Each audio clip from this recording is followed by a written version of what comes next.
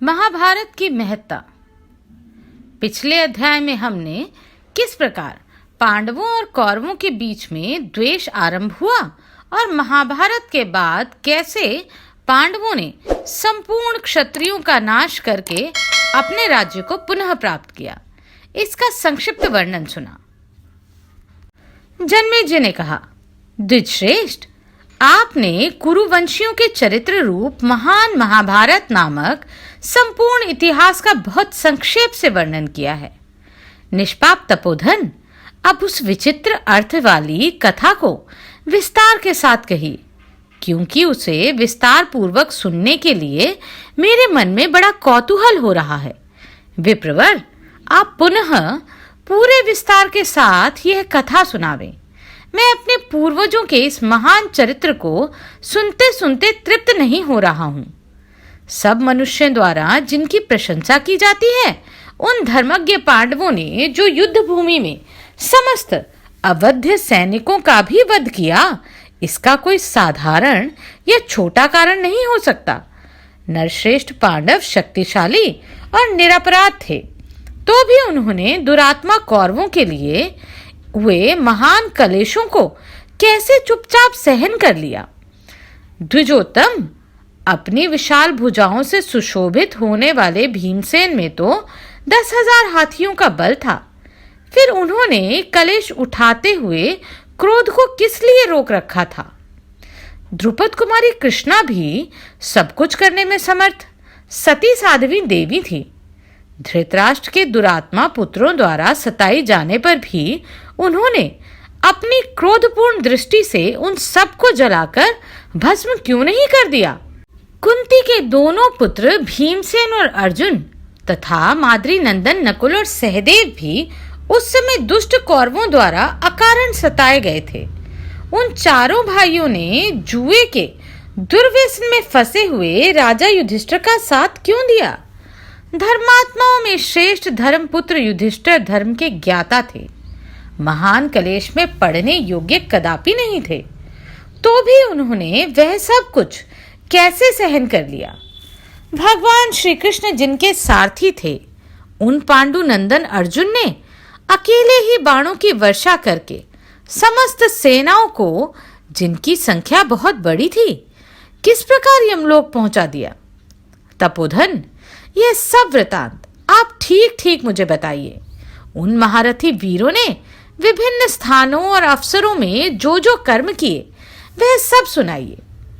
वैशंपायन जी बोले, महाराज, इसके लिए कुछ समय नियत कीजिए, क्योंकि इस पवित्र आख्यान का श्री व्यास जी के द्वारा जो क्रमानुसार वर्णन किया गया है, वह बहुत विस्तृत है और वह सब आपके समक्ष कहकर सुनाना है।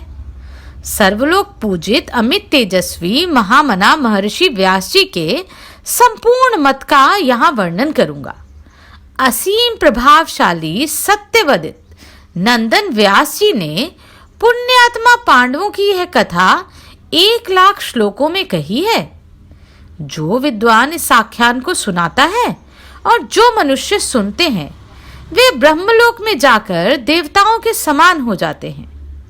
यह ऋषियों द्वारा प्रशंसित पुरातन इतिहास श्रवण करने योग्य सब ग्रंथों में श्रेष्ठ, यह वेदों के समान ही पवित्र तथा उत्तम है। इसमें अर्थ और धर्म का भी पूर्ण रूप से उपदेश दिया गया है। इस परम पावन इतिहास से मोक्ष बुद्धि प्राप्त होती है।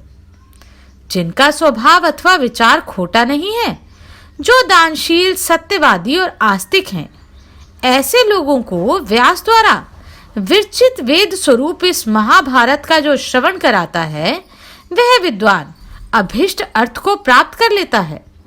साथ ही वह भ्रूण हत्या जैसे पाप को भी नष्ट कर देता है, इसमें संशय नहीं है। इस इतिहास को श्रवण करके अत्यंत क्रूर मनुष्य भी राहु से छूटे हुए चंद्रमा की भांति सब पापों से मुक्त हो जाता है। यह जय नामक इतिहास विजय की इच्छा वाले पुरुष को अवश्य सुनना चाहिए। इसका श्रवण करने वाला राजा भूमि पर विजय पाता और सब शत्रुओं को परास्त कर देता है। यह पुत्र की प्राप्ति कराने वाला और महान मंगलकारी श्रेष्ठ साधन है।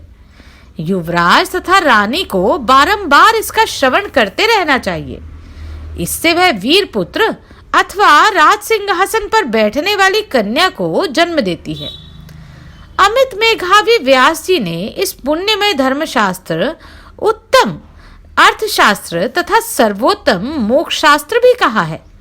जो वर्तमान काल में इसका पाठ करते हैं और जो भविष्य में से सुनेंगे, उनके पुत्र सेवा परायण और सेवक स्वामी का प्रिय करने वाला होगा। जो मनुष्य इस महाभारत को सुनता है, वह शरीर, वाणी और मन के द्वारा किए हुए संपूर्ण पापों को त्याग देता है। जो दूसरों के दोष न देखने वाला भरतवंशियों के समान जन्म वृतांत रूप महाभारत का श्रवण करते हैं, उन्हें इस लोक में भी रोग व्याधि का भय नहीं होता, फिर परलोक में तो हो ही कैसे सकता है। लोक में जिनके महान कर्म विख्यात हैं, जो संपूर्ण विद्याओं के ज्ञान द्वारा उद्भासित होते हैं और जिनके धन एवं तेज महान थे, ऐसे महामना पांडवों तथा अन्य क्षत्रियों की उज्जवल कीर्ति को लोक में फैलाने वाले और पुण्य कर्म के इच्छुक श्री कृष्ण द्वैपायन वेद व्यास ने इस पुण्यमय महाभारत ग्रंथ का निर्माण किया है। यह धन, यश, आयु, पुण्य तथा स्वर्ग की प्राप्ति कराने वाला है। जो मनुष्य इस लोक में पुण्य के लिए पवित्र ब्राह्मणों को इस परम पुण्यमय ग्रंथ का श्रवण कराता है, उसे शाश्वत धर्म की प्राप्ति होती है।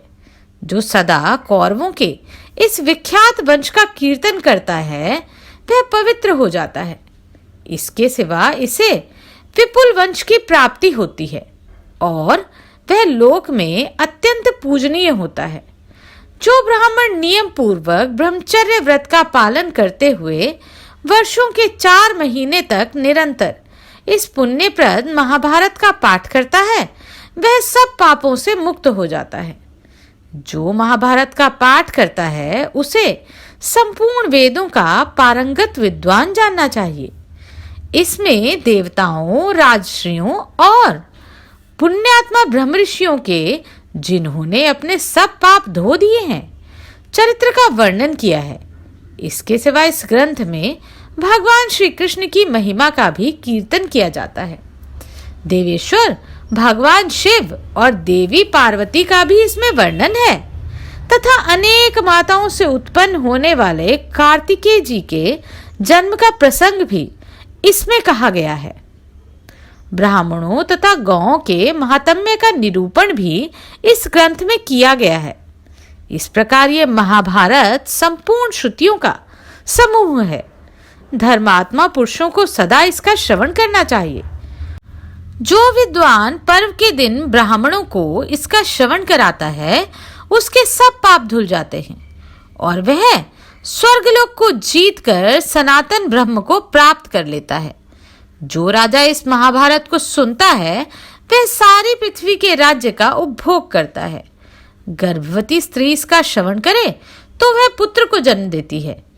कुंवारी कन्या इसे सुने तो उसका शीघ्र विवाह हो जाता है।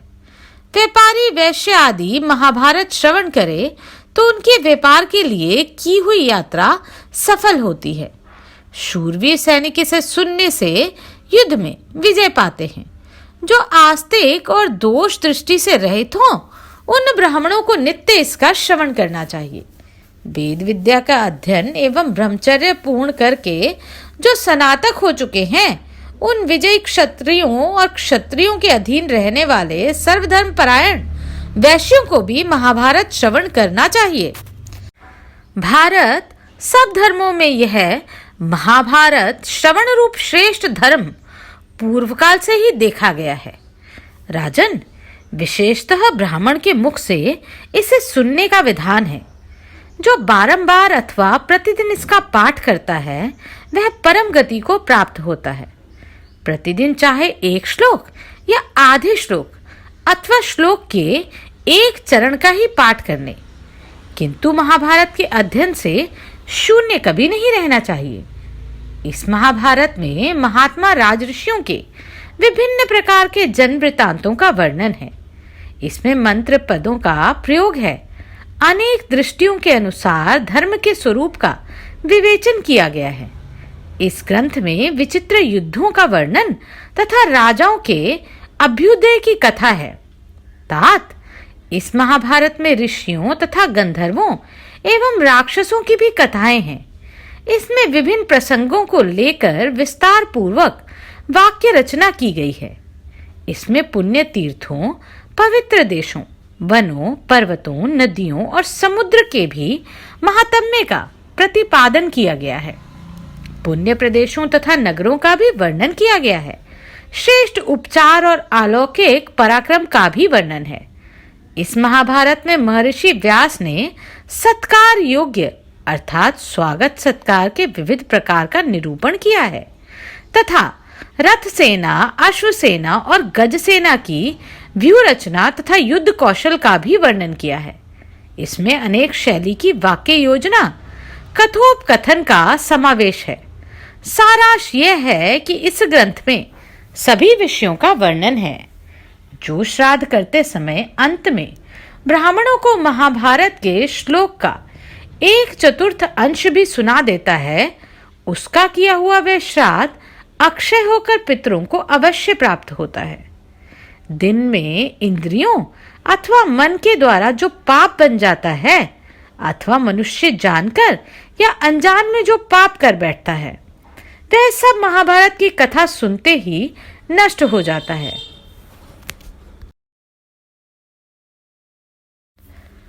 वह सब महाभारत की कथा सुनते ही नष्ट हो जाता है। इसमें भरतवंशियों के महान जन्म वृतांत का वर्णन है, इसलिए इसको महाभारत कहते हैं। जो महाभारत नाम का ये निरुक्त अर्थात व्युत्पत्ति युक्त अर्थ जानता है, वह सब पापों से मुक्त हो जाता है। यह भरतवंशी क्षत्रियों का महान और अद्भुत इतिहास है। अतः निरंतर पाठ करने पर मनुष्यों को बड़े से बड़े पाप से छुड़ा देता है। शक्तिशाली आतका मुनिवर श्री कृष्ण द्वैपायन व्यास जी प्रतिदिन प्रातः काल उठकर स्नान संध्या आदि से शुद्ध हो आदि से ही महाभारत की रचना करते थे। महर्षि ने तपस्या और नियम का आश्रय लेकर 3 वर्षों में इस ग्रंथ को पूरा किया है। इसलिए ब्राह्मणों को भी नियम में स्थित होकर ही इस कथा का श्रवण करना चाहिए। जो ब्राह्मण श्री व्यास जी की कही हुई इस पुण्यदायिनी उत्तम भारतीय कथा का श्रवण कराएंगे और जो मनुष्य इसे सुनेंगे, वे सब प्रकार की चेष्टा करते हुए भी इस बात के लिए शोक करने योग्य नहीं है कि उन्होंने अमुक कर्म क्यों किया और अमुक कर्म क्यों नहीं किया। धर्म की इच्छा रखने वाले मनुष्य के द्वारा ये सारा महाभारत इतिहास पूर्ण रूप से श्रवण करने योग्य है। ऐसा करने से मनुष्य सिद्धि को प्राप्त कर लेता है। इस महान पुण्यदायक इतिहास को सुनने मात्र से ही मनुष्य को जो संतोष प्राप्त होता है, वह स्वर्गलोक प्राप्त कर लेने से भी नहीं मिलता। जो पुण्यात्मा मनुष्य श्रद्धा पूर्वक इस अद्भुत इतिहास को सुनता और सुनाता है, वह राजसूय तथा अश्वमेध यज्ञ का फल पाता है। जैसे ऐश्वर्यपूर्ण समुद्र और महान पर्वत मेरु दोनों रत्नों की खान कहे गए हैं, वैसे ही महाभारत रत्न स्वरूप कथाओं और उपदेशों का भंडार कहा जाता है। यह महाभारत वेदों के समान पवित्र और उत्तम है। यह सुनने योग्य तो है ही, सुनते समय कानों को सुख देने वाला भी है। इसके श्रवण से अंतःकरण पवित्र होता और उत्तम शील स्वभाव की वृद्धि होती है। राजन, जो वाचकों को यह महाभारत दान करता है, उसके द्वारा समुद्र से घिरी हुई संपूर्ण पृथ्वी का दान संपन्न हो जाता है। जन्मेजय, मेरे द्वारा कही हुई इस आनंददायिनी दिव्य कथा को तुम पुण्य और विजय की प्राप्ति के लिए पूर्ण रूप से सुनो। प्रतिदिन प्रातः काल उठकर इस ग्रंथ का निर्माण करने वाले महामुनि श्री कृष्ण द्वैपायन ने महाभारत नामक इस अद्भुत इतिहास को 3 वर्षों में पूर्ण किया है। भरत श्रेष्ठ, धर्म, अर्थ, काम और मोक्ष के संबंध में जो बात इस ग्रंथ में है वही अन्यत्र भी है। जो इसमें नहीं है वह कहीं भी नहीं है। अगले अध्याय में हम सत्यवती की कथा सुनेंगे एवं प्रमुख पात्रों का संक्षिप्त जन्म कथा भी।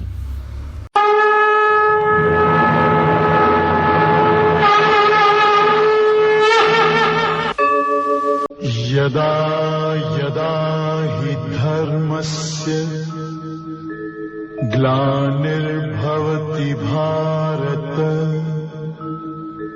अभ्युत्थानम् अधर्मस्य तदात्मानं सृजाम्यहम् परित्राणाय साधूनां विनाशाय च दुष्कृताम्